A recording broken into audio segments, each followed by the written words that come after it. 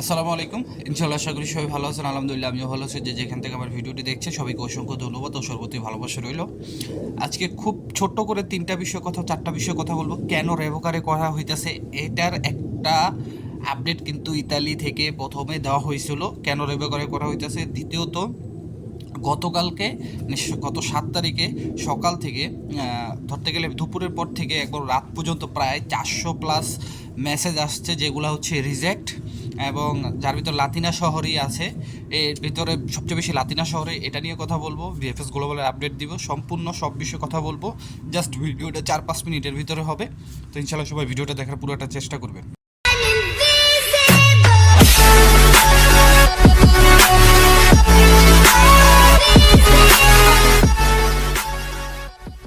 তো সব কিছুর জন্য আলহামদুলিল্লাহ। প্রথমে যদি আমি একটু গতকালকে ভিএফএস গ্লোবালের আপডেটটা আপনাদের দিই, একটু ভিএফএস গ্লোবালের আপডেট। গতকালকের আমার কাছে ১১৯টার মতো পাসপোর্টের আপডেট আছে।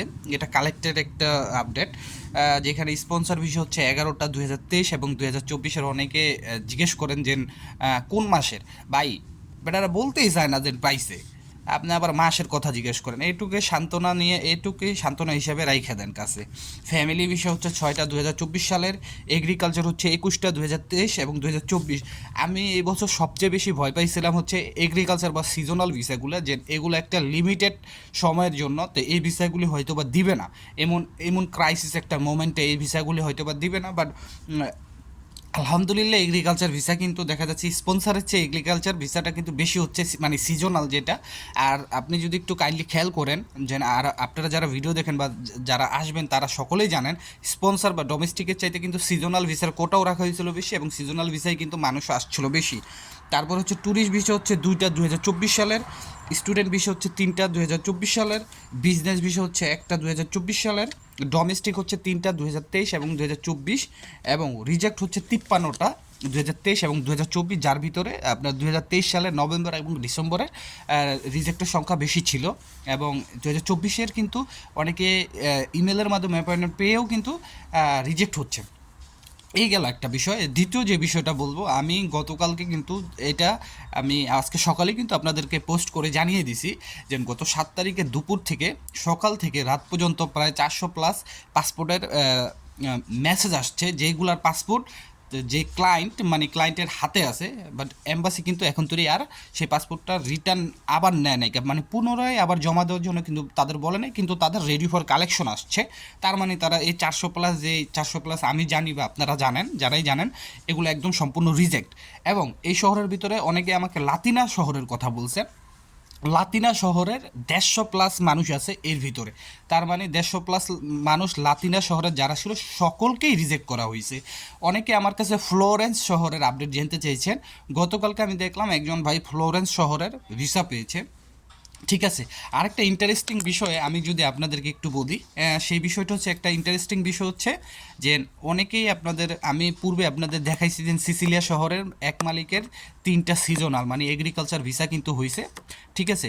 তো আজকে আমাকে একজন মেসেজ করছে যে আপনার মানে আমার সাথে কথা হয় যে নাপোলি শহরের সেই ভাইটার জমা ছিল 2023 সালের নভেম্বর মাসে, তার পাসপোর্টটা রিটার্ন করা হয়েছে, এবং এম্বাসি থেকে তাকে আবার পাসপোর্ট পুনরায় জমা দেওয়ার জন্য ডাকা হয়েছে। তো ইনশাল্লাহ এতটুকু বলতে পারি যে কোনো শহরকেই কিন্তু ব্ল্যাক লিস্টে ফেলানো হয়নি। হয়তোবা যেরকম আমাদের বাংলাদেশ, শ্রীলঙ্কা, পাকিস্তান, ইন্ডিয়া, ঠিক আছে, এইসব দেশগুলোকে যেরকম একটা রেড জোনে রাখা হয়েছে, এবং ইতালির গভর্নমেন্টও জানে যে কোন সব শহরে বা কোন সব দেশে বা কোন সিটিগুলোতে আপনার এরকম মানে একটা মানে কাজিনো, যেটাকে ইতালিয়ান ভাষায় বলে কাজিনো, মানে সমস্যা, ঠিক আছে, সমস্যা তৈরি হইতে পারে বা সমস্যা করা হয়, সেই সব শহরগুলোতে কিন্তু কন্ট্রোল করা হবে। আমরা পূর্বে অনেকেই শুনেছি ইতালিতে যারা থাকে যে আপনার নাপোলি শহরে আপনি চাইলে গ্রিন কার্ডও বানায় ফেলতে পারবেন, ঠিক আছে, এরকমটাও শুনছি।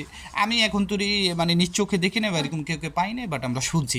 তো এতটুকুই জাস্ট আপনাদের মাঝে আমি পরিষ্কার করতে চাইলাম যে নাপোলি, সিসিলিয়া, পালার্মো, সালার্মো, আবি যত শহর আপনারা এই পর্যন্ত শুনছেন যে ভিসা হবে না বা নুলস্তা একদম বাতিল করে দিছে, সেই শহরগুলোর থেকে কিন্তু আস্তে আস্তে নুলস্তা উঠতেছে। আমার এই এক পরিচিত বড় ভাই আছে, হয়তো সাদ্দাম ভাই, আপনি আমার ভিডিওটা দেখতেছেন, ওনারও এরকম আছে যে মালিকের সম্পূর্ণ সব কিছু ঠিক আছে, এখন তৈরিও কিন্তু ওনাদের কোনো রেজাল্ট আসে নাই।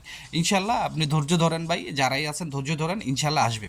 এখন তিন নাম্বার যে বিষয়টা আমি বলবো, 3 বা 4 যেটাই হোক, আপনাদের মালিকের আপনাদের নলস্তা রেভোকারে করা হইতাছে 2023 এবং 2024-এর আপনারা দেখতেছেন কিন্তু যে রেভোকারে করা হইতাছে।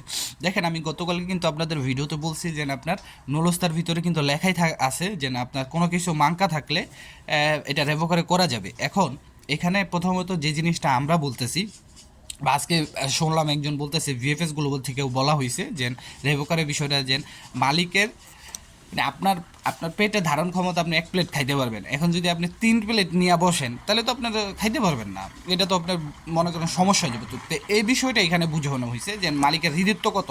এখন দেখেন মালিকের হৃদিত্ব অনুযায়ী যদি মনে করেন আমি এখানে যদি প্রশ্নটা আসে মালিকের হৃদিত্ব অনুযায়ী আপনার নলস্তাটা রেভোকারে করা হইব বা আপনার মালিকের হৃদিত্ব অনুযায়ী নলস্তাটা দেওয়া হয় নাই, তাহলে এটা ভুল। এইসব ধারণাগুলি আমাদের জন্য ভুল, কারণ যখন পেটপুত্তরা থেকে আপনার নলস্তাটা ওঠে তখন কিন্তু অবশ্যই মালিকের সব কিছু যাচাই করে, মালিকের হৃদিত্ব সব কিছু যাচাই করেই কিন্তু মালিকের নলস্তাগুলো সাবমিট করা হয় বা তার মালিককে নলস্তাগুলি দেওয়া হয় যে এই মালিকটা এইসব বিষয়গুলোতে পারফেক্ট আছে দেখে তাকে নলস্তা দেওয়া হইলো।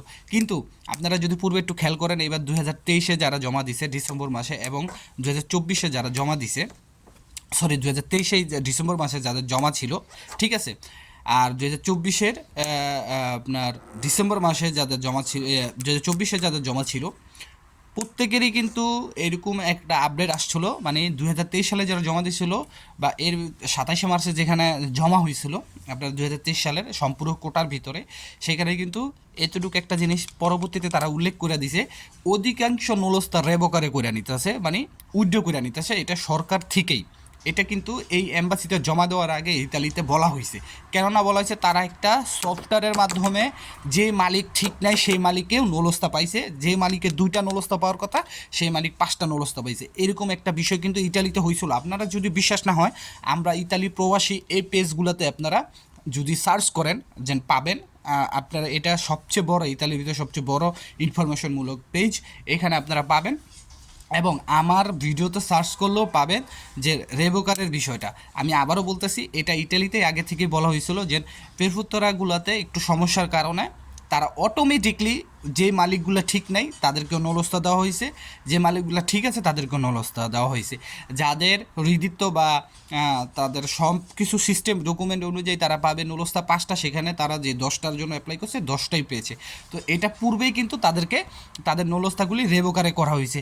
তো এই রেভোকারের বিষয়গুলো কিন্তু তখন থেকেই আমরা জানি, এবং এখানে আমি যেন আমার ফ্রেন্ডগুলোর জমা দিয়েছিলাম তখনই আমি আমার মধ্যস্থতাকারীর সাথে কথা বলছি যে এরকম রেভোকারে করা হয়েছে, এবং যাদেরগুলো রেভোকারে করা হয়েছে তাদের কিন্তু তখনই কিন্তু মেসেজ গেছিলো।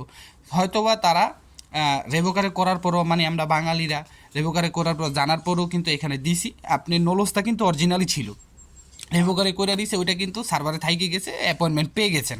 তো এই জন্য যে মনে করেন এখন এটা দোষারোপ দিবেন বা এই যে আপনারা বলতেছেন, এতে কিন্তু আরও যে 5টা লোক যারা সলিড আছে এরাও কিন্তু বিভ্রান্ত হচ্ছে। আশা করি আজকে আমি আপনাদেরকে সুন্দরভাবে বুঝাইতে পারছি। তো এরকম ইনফরমেশনমূলক ভিডিওগুলোর জন্য অবশ্যই আমার চ্যানেলটি আপনারা সাবস্ক্রাইব করবেন, আর যদি ভালো লাগে শেয়ার করবেন।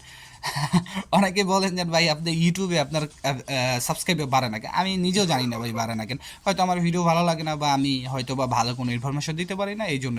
যদি ভালো লাগে এই ভিডিওটা সর্বোচ্চ শেয়ার করবেন যারা ইউটিউব থেকে দেখতেছেন আর ফেসবুক থেকে দেখতেছেন, সবার জন্য দোয়া রইল, সবার জন্য দোয়া করবেন। আসসালামু আলাইকুম, আল্লাহ হাফেজ।